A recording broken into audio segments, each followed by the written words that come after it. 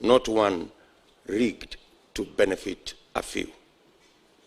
They want an economic system that seeks prosperity, increases incomes, creates jobs, and eliminates inequality. And they want an end to the culture of deceit, of fraudulent political deal-making, opportunistic configurations, corruption, and state capture in pursuit of selfish gain. On the ballot is the decision to revive Kenya's economy, complete its democratic transition, and most importantly, the affirmation by the people of Kenya that for the first time since independence, the focus and policies of government will be people-centered and people-driven through the bottom-up economic model.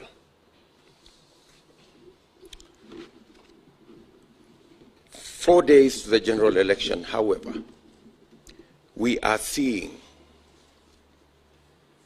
choreographed incidences after our competitors have realized that what they thought this election would be has completely changed and become something else. Our competitors have realized that they have lost this election. And as a result, in panic, they have sponsored all manner of opinion polls. I think there have been maybe 10 opinion polls in the last 2. That's why they have to repeat them so many times. We don't mind that. They can deceive themselves as much as they want. But we are concerned about a couple of things that are going on in Kenya. We are concerned, and that is why we are here today. We are concerned about meetings that are being organized in dark places to orchestrate disharmony, to orchestrate conflict, and to plan what is not good for Kenya. Recently, the president met people in Nakuru, and the outcome of that meeting is not good for our country. Apart from threats to members of my team who are leaders, what is emerging from those meetings is eventually the leaflets you see. Sometime this week, leaflets were distributed, pamphlets, warning communities. The same old stuff that has taken Kenya through a lot of pain. These leaflets are not innocent. There are people known by the state behind these leaflets. And the intention of these leaflets and pamphlets are to cause panic in the population and to create a situation that will foment citizens fearing to go and vote.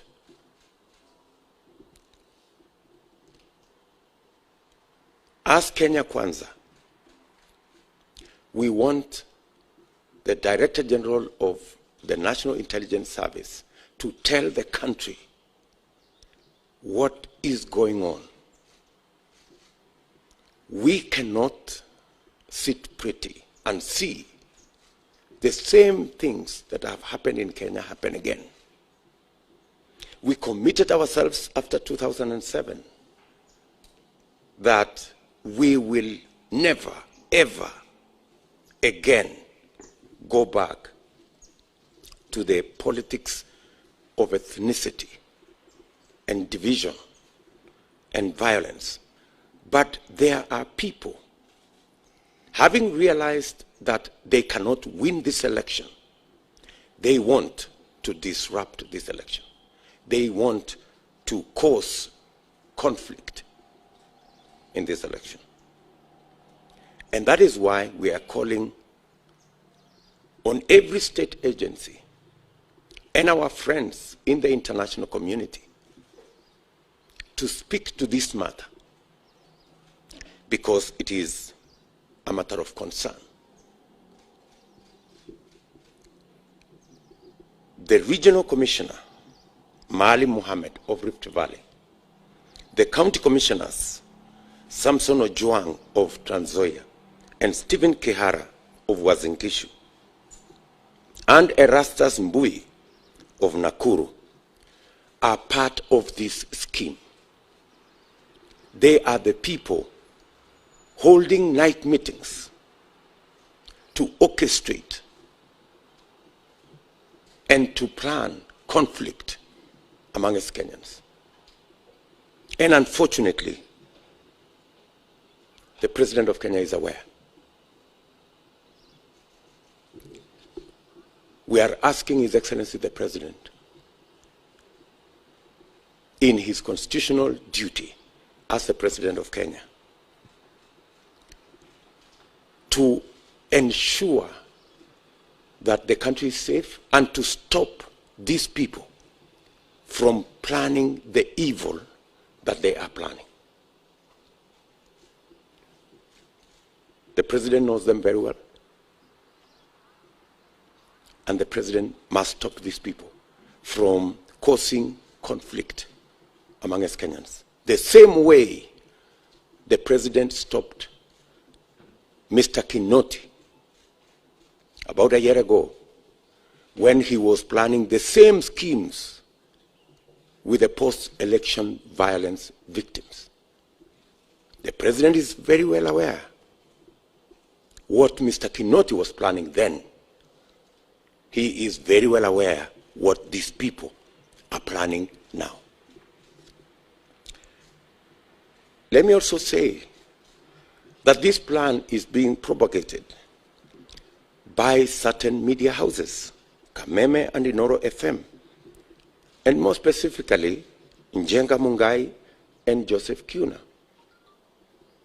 They are running narratives around violence and around conflict. These people should be made to answer for what they are doing. The law is very clear on incitement. To make matters worse, Azimio leaders openly and brazenly doctored my speech in Eldoret and posted it on their official timelines, inciting the people in Rift Valley and in Kenya to violence. NCIC has never made a statement. The DCI has never taken any action. And these are not simple statements. That's why we call on every Kenyan and the international community to look at the issues in their proper perspective. When senior leaders in Azimio brazenly incite Kenyans on their official timelines, we want to thank Twitter for pulling down the inciting video posted by Joho on matters violence. The second issue is the issue of use of public officials, chiefs, county commissioners, assistant county commissioners, are being forced with threats and blackmail of loss of their jobs if they don't become Azimio operatives. There is nowhere in the Constitution and in the Code of Regulations of Public Service that public servants are required to carry out political activities for any political party. It is our position, indeed it is the position of the Constitution, that public servants serve Kenyans equally, irrespective of their political persuasion or leanings, irrespective of the communities they come from, the religions they profess, or the color of their skin. We want to ask His Excellency the President to instruct the people who are using public officials, actually forcing public officials, including chiefs and their assistants, to carry out illegal activities, recruiting people, buying identity cards from citizens, an activity that is now all over the country. I heard Fred Matiang'i and Karanja Kibicho say that they are meeting chiefs because they work with chiefs and chiefs are their colleagues. These two gentlemen must know there is a shortage of fools in Kenya. Whatever they are telling these chiefs, the chiefs are telling everybody else. They are not meeting the chiefs to discuss security of the country. They are not meeting the chiefs to discuss matters that are in the line of duty of our chiefs. The chiefs are complaining. The assistant chiefs are complaining that they are being forced to manipulate the election, to undermine the election, to sabotage the election through bribery, through intimidation, through orchestrating situations that can cause conflict. We are asking His Excellency the President to call out these public officials and ask them to stop what they are doing.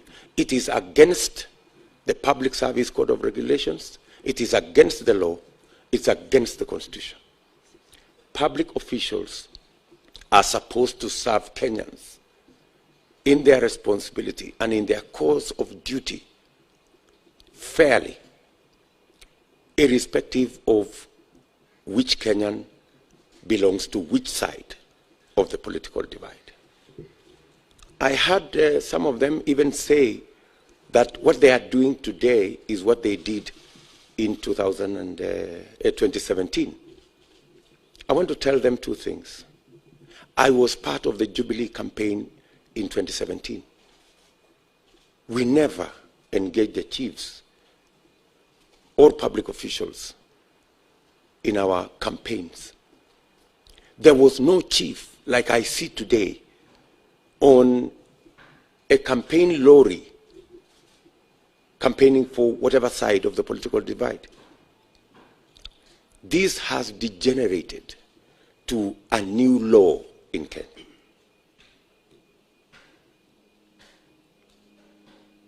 And secondly, two wrongs never add up to a right. Assuming even what they are saying is true. It is wrong. Whether it was done before or whether it was not done before, it is still wrong. So I want to ask public servants, all public servants in Kenya, to refuse the blackmail and the intimidation that they are being subjected to try and help the failing Azimio campaign. Chiefs, their assistants, members of the public service, should know that their jobs are protected by the Constitution. And even if anybody takes action against them for refusing to participate in illegal activity, they can rest assured that their jobs will be safe because their jobs are secured by the Constitution. Any illegal action taken against any public official for refusing to participate in illegal campaigns will be null and void. And we want to assure all public servants that the Constitution will protect them and we will protect them to do the right thing. The current recruitment by chiefs of people around polling stations so that they can facilitate the bribery and the undermining and the sabotage of the Constitution must stop. Because Kenyans are looking forward to a free, fair, and democratic election. We want to ask in this meeting all public servants to observe their code of ethics and to stick to their appointment letters, to know that they are the servants of the people of Kenya and to serve all Kenyans equally.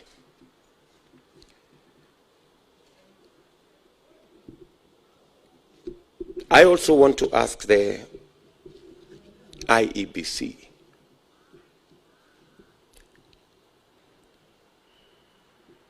to deal with their mandate in accordance with the provisions of the Constitution.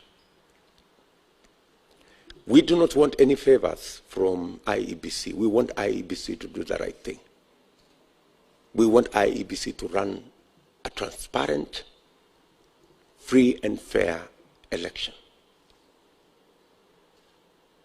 Some of the public officials that we feel are already compromised, we are going to write to the IEBC using the channels that we already have between IEBC and all political parties to raise our concerns on some of the areas that we feel require fine-tuning so that all of us can go into this election and the outcome of this election to be free, fair, and democratic. As you are aware, there is an attempt by our competitors to lock us out of venues for meetings. Last week, we were locked out of Buhungu Stadium in Kakamega, but we still held the meeting anyway. In fact, we held a bigger meeting outside the stadium than we could possibly have held inside the stadium. Today, we are supposed to have a meeting in Mombasa at Tononoka grounds. And in fact, this afternoon at 2 p.m., we will be in Tononoka grounds. Some people are trying to use the police to stop us from having that meeting. This is our final rally in Mombasa. It's a very important rally. And the kind of excuses they are giving us is that the president is in Mombasa. I mean, how ridiculous can that be? I mean, so if the president is in Mombasa, we cannot have a meeting in Tononoka? I mean, surely. So, I mean, these kind of excuses are really ridiculous. Our competitors must understand that it is too late for them to do anything about this election. It is too late, simply too late. It doesn't matter how many opinion polls they do. They can do it every hour if they wish. It doesn't matter how much they try and orchestrate conflict in Kenya. We are very confident the people of Kenya have said no to violence. They have said no to conflict. And we trust the people of Kenya to keep the faith and get to the 9th and determine the future of our country. It doesn't matter how many places they lock us out of. As you are aware, we have paid for Nyayo Stadium on Saturday. We have a contract already signed between us and Nyayo Stadium. They tried to manipulate that contract. The court has said we should have the meeting in Nyayo Stadium. We are preparing to have the meeting in Nyayo Stadium. And if they lock us out of Nyayo Stadium, we will still have a meeting at Nyayo Stadium. The same way we had a meeting in Buhungu Stadium, on the road, wherever. But we're going to have the meeting anyway, because the die is cast. The people of Kenya have made a choice. And the panic we see in Azimio will not help them. All we are asking His Excellency the President, with tremendous respect, is not to allow the country to face unnecessary conflict because the Azimio project has collapsed. It has collapsed, and there is nothing he can do about it. So, we are asking the country to be calm. Despite the games, despite the orchestrated situations around the country, we want to ask Kenyans to be calm. We want to ask Kenya that 9th is just 4 days away. Nobody should be incited against their brother.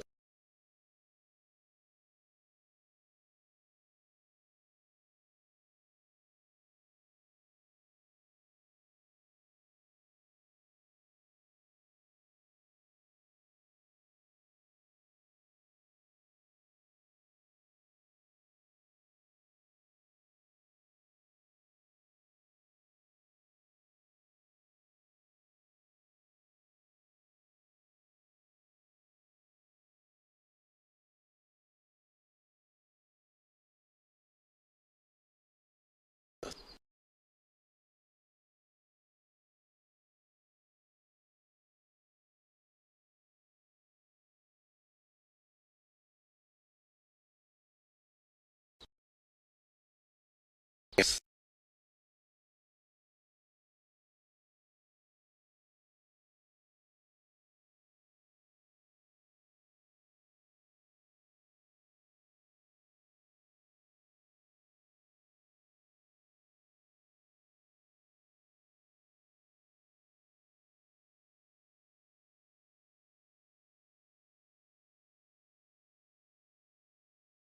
And the CEO of Communication Authority, Mr. Chiloba,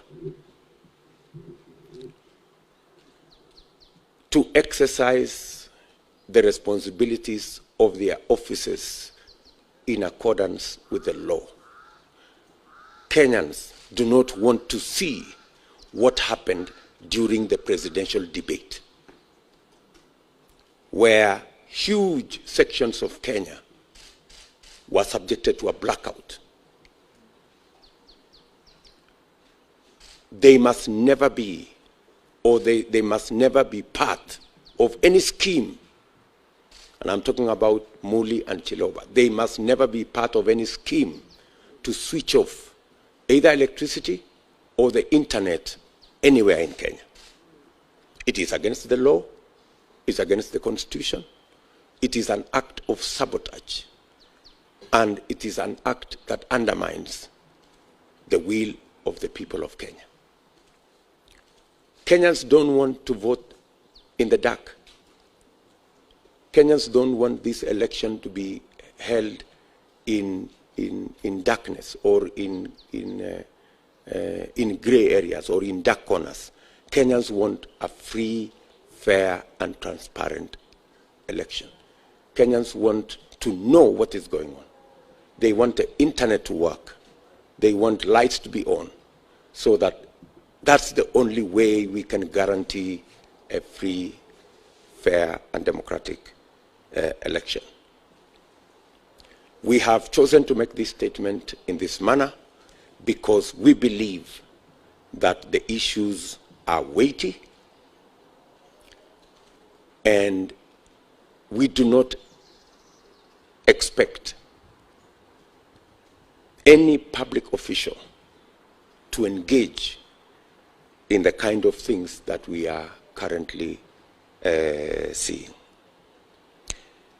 Ladies and gentlemen, I want to say thank you very much for your time, for coming to this press conference.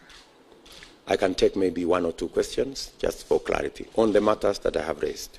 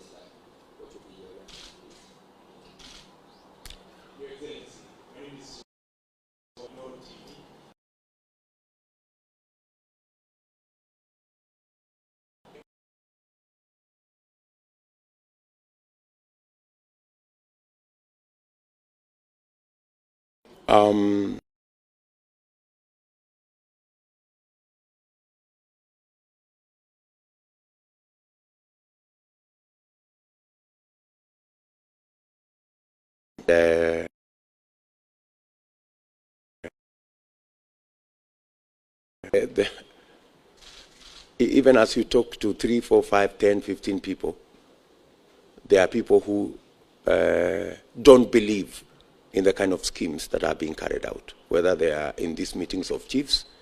Many chiefs are reporting to us that they will not do what they are being asked to do, that they will not engage in voter bribery, that they will not engage in the kind of exercises that they are being asked to do. When you talk about where is this happening, unless you don't live in Kenya, I mean, you've seen where the leaflets are. You know, that is a matter of not me to tell you. Those are matters that are very clear. When you listen to some of the leaders I have mentioned, they are very clear about what they are talking about. And these are leaders that are being hosted all the time by state officials, which means whatever they are doing it with a tacit approval of state officials who should be doing the opposite of what these people are saying. And on matters to do with IEBC, IEBC is an independent body. So they will carry out their responsibilities and their duties in accordance with the Constitution and directions from the court and other institutions that have the capacity to tell them what to do. So whatever the IEBC, whatever the court has said, the IEBC will deal with it, because I don't work at the IEBC.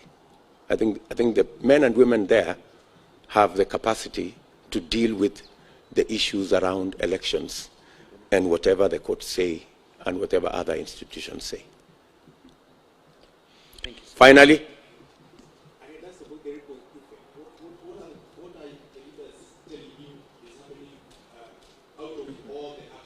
let us not speculate on any matter. I think I was raising these issues so that I bring the attention of the country and the international community, so that we can all be vigilant and make sure that nothing untoward happens in Kenya.